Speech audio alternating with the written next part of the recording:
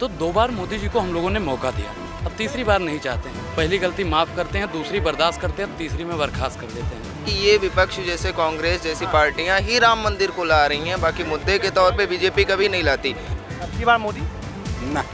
दिल्ली की सरकार के बारे में क्या बोला? जीरो जीरो छपरी सरकार। 10 साल में इनकी रबड़ चप्पल से लेदर चप्पल ना हो पाई तो काय का विकास। तलवारों के साए पर इतिहास हमारा बनता है, जिस ओर जवानी चलती है उस ओर जमाना चलता है। रामलीला ময়দানত বিৰোধী ঐক্য মঞ্চৰ হুংকাৰৰ পিছতে এতিয়া নতুন দিল্লীত চলিছে নিৰ্বাচনী বতাহ। কোনোৱে যদি ভাৰতীয় জনতা পাৰ্টিক সমালোচনা কৰিছে, কোনোৱে আকৌ বিৰোধী ঐক্য মঞ্চক সমালোচনা কৰিছে। গতিকে এই ক্ষেত্ৰত দিল্লীবাসীৰ মতামত কি, আৰু লগতে দিল্লীবাসীয়ে বৰ্তমান চৰকাৰখনক 10ৰ ভিতৰত কিমান নম্বৰ দিয়ে চাওঁ আহক। इस बार चुनाव का कैसा वो माहौल रहेगा? चुनाव का माहौल तो बिल्कुल साफ है। थोड़ा उठकर अगर बोल लीजिए। नहीं भाई, ठीक है बोल लीजिए। अब मतलब ऐसा समय आ गया कि मीडिया वाले विपक्ष को तो हटा ही चुके हैं, उठा ही चुके हैं, और अब भोली भाली जनता को भी उठाने का काम करोगे?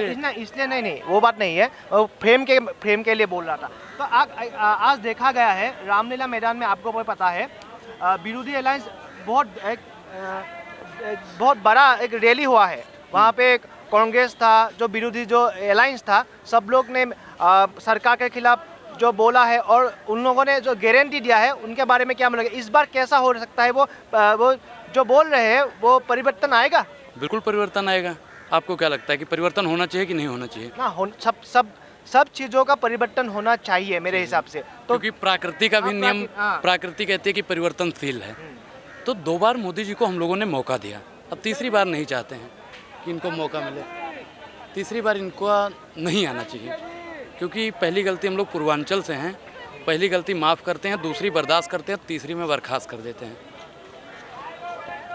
तो और एक जो एलिगेशन आ रहा है विरोधी के हिसाब से, आम आदमी पार्टी के आया है जो एलिगेशन, उन लोगों ने बोला है जो सरकार जो भाजपा वो शासन तंत्र का यूज़ कर रहे हैं, जैसे ईडी हो, सीबीआई हो, एनआईए हो, ये क्या सचमुच का हो रहा है? जो फिलहाल में जो देखा गया है, आप भी जानते हो, केजरीवाल जो ईडी के अंदर है, अरेस्ट के अंदर है, तो ये जो हो रहा है, ये सीनेरियो क्या बोल रहा है, ये क्या हो रहा है? आप एक पत्रकार हैं, और आपसे बेहतर कोई नहीं जान सकता है कि कुशासन किस प्रकार से हावी है।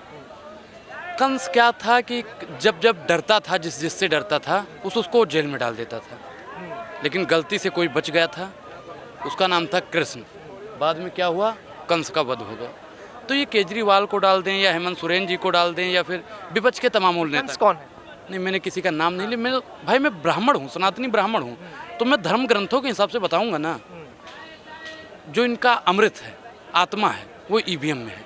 ईवीएम हट जाएगा तो ईडी भी हट जाएगा, सीबीआई भी हट जाएगा, और कुछ जो चुनिंदा लोग हैं वो लोग भी। आपने ईवीएम का नाम लिया, तो आज राहुल गांधी बोल रहा है वो लोग मैक्स फिक्सिंग कर रहे हैं, बीजेपी ईवीएम के मैक्स फिक्सिंग कर रहे हैं। तो देखिए, अब आप एक चीज़ बताइए कि पहले बीजेपी ने क्या बोला कि 400 पार।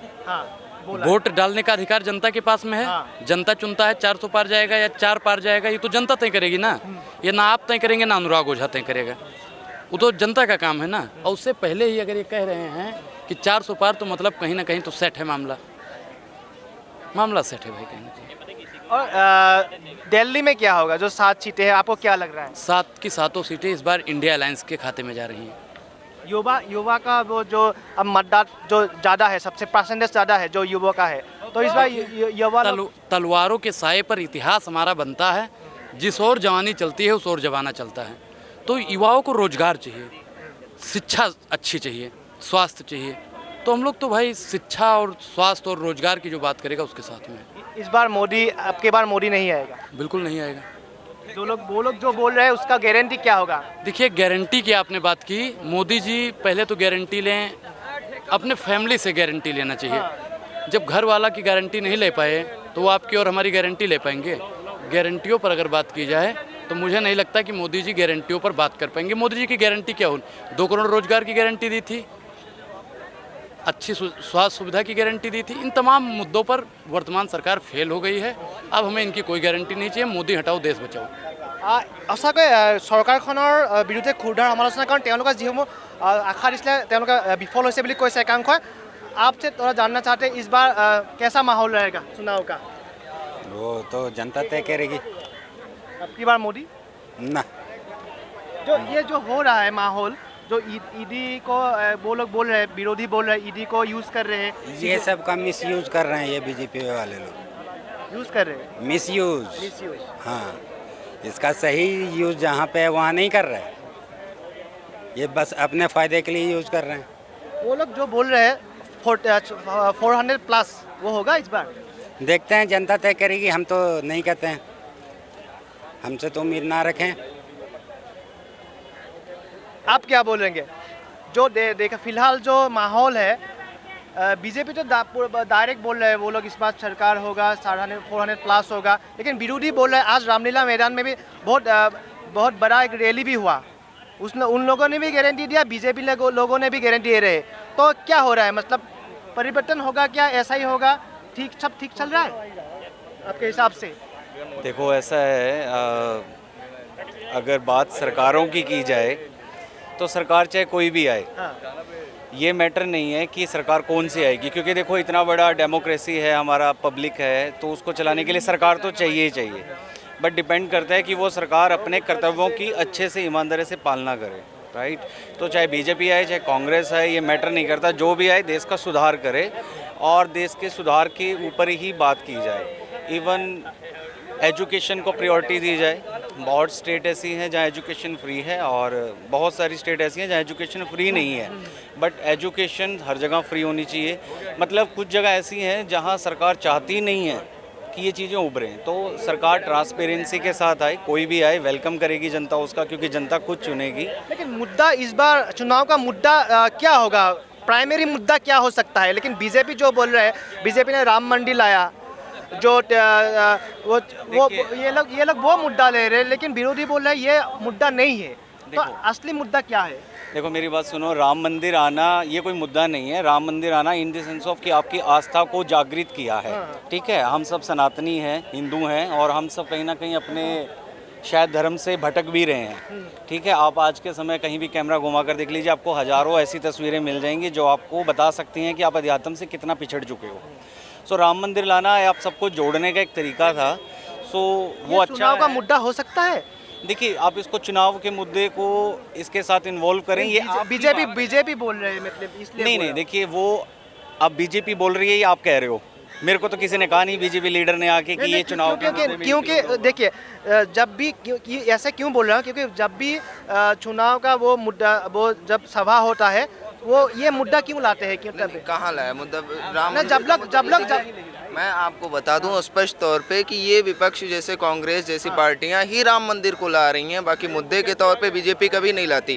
कांग्रेस के किसी भी बड़े नेता का कोई बयान देखेंगे, बीजेपी के लिए अगर कुछ बोल रहे हैं 4 शब्द में 1 शब्द वो राम मंदिर अपने मुंह से ही प्रचार कर देंगे। बीजेपी के नेता तो करते ही नहीं है। अब आप कह रहे हैं बीजेपी राम मंदिर को मुद्दे में ला रही है। इस बार अलायंस का क्या होगा? अरे भाई कहाँ ले आए यार, इसलिए बोल रहा हूँ क्योंकि अलायंस जो बोल रहे थे, कभी ना कभी देखा गया है, इंडिया अलायंस जो बोल रहे हैं वो लोग जो जुड़ रहा है, लेकिन पंजाब में तो टूट गया, पश्चिम बंगाल में भी टूट रहा है, और उत्तर पूर्व में आसाम में भी वो फिलहाल टूट ही गया है।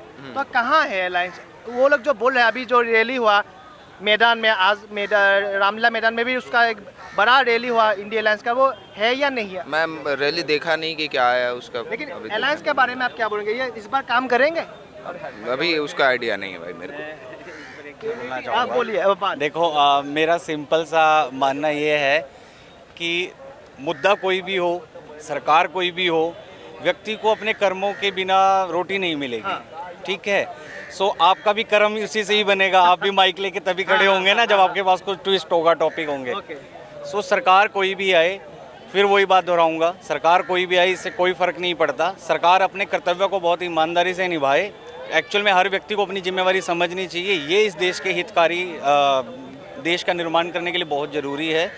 सो देश को सर्वश्रेष्ठ पहुंचाना है तो हमें मुद्दों की तरफ भटकने की जगह उस मेन अथॉरिटी को हैंडल करना चाहिए कि जो अपने कर्तव्यों को प्रॉपर करती रहे, ठीक है। सो अच्छा यही रहेगा, चाहे बीजेपी आए चाहे कांग्रेस आए, अपने कर्तव्यों का पालन करें और आप सबको एक सेफ भारत महसूस हो सके। इसलिए हाँ, इसलिए सब लोगों का एक सवाल है सब लोगों के हिसाब से, इस बार इलेक्शन में क्या देखना चाहिए? मतलब इस बार क्या देखकर किसको वोट देना चाहिए, वो बोलना चाहता हूँ। क्या बोलेंगे आप, क्या बोलेंगे? एजुकेशन देखना चाहिए और रोजगार देखना चाहिए।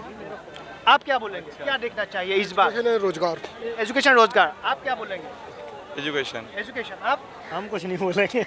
तो आप लोग एजुकेशन और रोजगार दोनों दोनों, हाँ जी। तो क्योंकि जब एजुकेशन रहेगा तो रोजगार रहेगा, तो और रोजगार रहेगा तो घर चलेगा भाई। हाँ, वो जो सरकार अब है, चल रहा है, वो इसमें कितने परसेंटेज सफल हुआ है, वो आपके बारे में एवरेज अगर बोलूं 10 में से कितना दोगे इस सरकार को? हाँ। 10 में से 5 भाई। आप क्या कितना दोगे इस सरकार को जो चल रहा है 10 में से? 10 आउट ऑफ 5-6। आप 8 दो क्यों? दो सर, जैसे कि वो है कि अभी जैसे गवर्नमेंट जॉब आप बीजेपी के वो होता है तो इसमें वो काफ़ी कम वैकेंसी निकल रही है, बट ये गवर्नमेंट जो है अभी जो करंट गवर्नमेंट है ये आपका वर्क कर रही है, जैसे आपका फॉरेन रिजर्व मंगा रही है, इंडस्ट्री लगाने के लिए वो वर्क चल रहा है, तो ये है। आप कितने दोगे इस सरकार को? 10 में से कितना दोगे? कौन सी वाली सरकार? जो चल रहा है, जब अभी चल रहा है। केजरीवाल या बीजेपी? नहीं, केंद्र में बीजेपी। 10 और 10, एक भी कट नहीं। बिल्कुल। आप पूरा सुखी हो यहाँ से? बहुत। तो केजरीवाल की वजह केजरीवाल दिल्ली की सरकार के बारे में क्या बोले? जीरो छपरी सरकार। आपको एक बात पूछता हूँ, केंद्र में जो सरकार है इस चल रहा है, 10 में से कितने रेट दोगे आप? 400 के पार होगा। नहीं, अगर 10 में से कितना रेट 400 से पार होगा, आपने बोल दिया, 10 में से कितना सफल हुआ है? कितना सफल हुआ है 10 में से? 8। आप कितना बोलोगे? वहाँ पूछो आप। आपके हिसाब से आपके क्या पूछना है? जो सरकार चल रहा है केंद्र में, आप 10 में से कितना रेट दोगे? देखो, नंबर तो गया, हमें उससे पता नहीं है। 10 साल में इनकी रबड़ चप्पल से लेदर चप्पल ना हो पाई तो काहे का विकास, बस इतनी बात है। चलो, सीधी बात, मतलब सीधी बात बस। और कोई बोलेंगे? आप कितना बोलोगे? 10 में से कितना दोगे? कुछ नहीं दे सकता भाई, जीरो मतलब कुछ नहीं, वो भी इनके लिए बेकार है। और अगर दिल्ली के सरकार के लिए केजरीवाल सरकार को कितना दोगे? और 10 में 10। এইদৰে আচলতে মিশ্ৰিত প্ৰতিক্ৰিয়া দেখিবলৈ পোৱা গ'ল দিল্লীবাসীৰ মাজত। কেন্দ্ৰ চৰকাৰ যিখন চলি আছে, কিছু সংখ্যকে কৈছে 10ৰ ভিতৰত 10 দিছে, কিছুমান 10ৰ ভিতৰত 8 দিছে, সন্তুষ্ট কিছুসকল। আৰু ইছ্যু কৈছে যে শিক্ষা আৰু নিবনুৱাক নিযুক্তকৰণ, আচলতে এডুকেশ্যন এণ্ড তেওঁলোকে কৈছে যে ৰোজগাৰ আৰু তেওঁলোকক এডুকেশ্যন লাগে। গতিকে এই ক্ষেত্ৰত দেখিবলৈ পাইছে। আৰু তাৰ বিপৰীতে বিৰোধীসকলক তেওঁলোকে সমালোচনা কৰিছে, কিছুসকলে কৈছে যে এই চৰকাৰখন একেবাৰে কোনো ধৰণে সফল হোৱা নাই। গতিকে দেখিবলৈ পোৱা যাব যে বৰ্তমান আগন্তুক যি নিৰ্বাচন আছে, এই নিৰ্বাচনত এইসমূহ ইছ্যুৱে কেনেধৰণে প্ৰভাৱ পেলায় আৰু বিশেষকৈ এলায়েন্সৰ ক্ষেত্ৰত কিদৰে সফল হয় বিৰোধী ঐক্যমঞ্চ।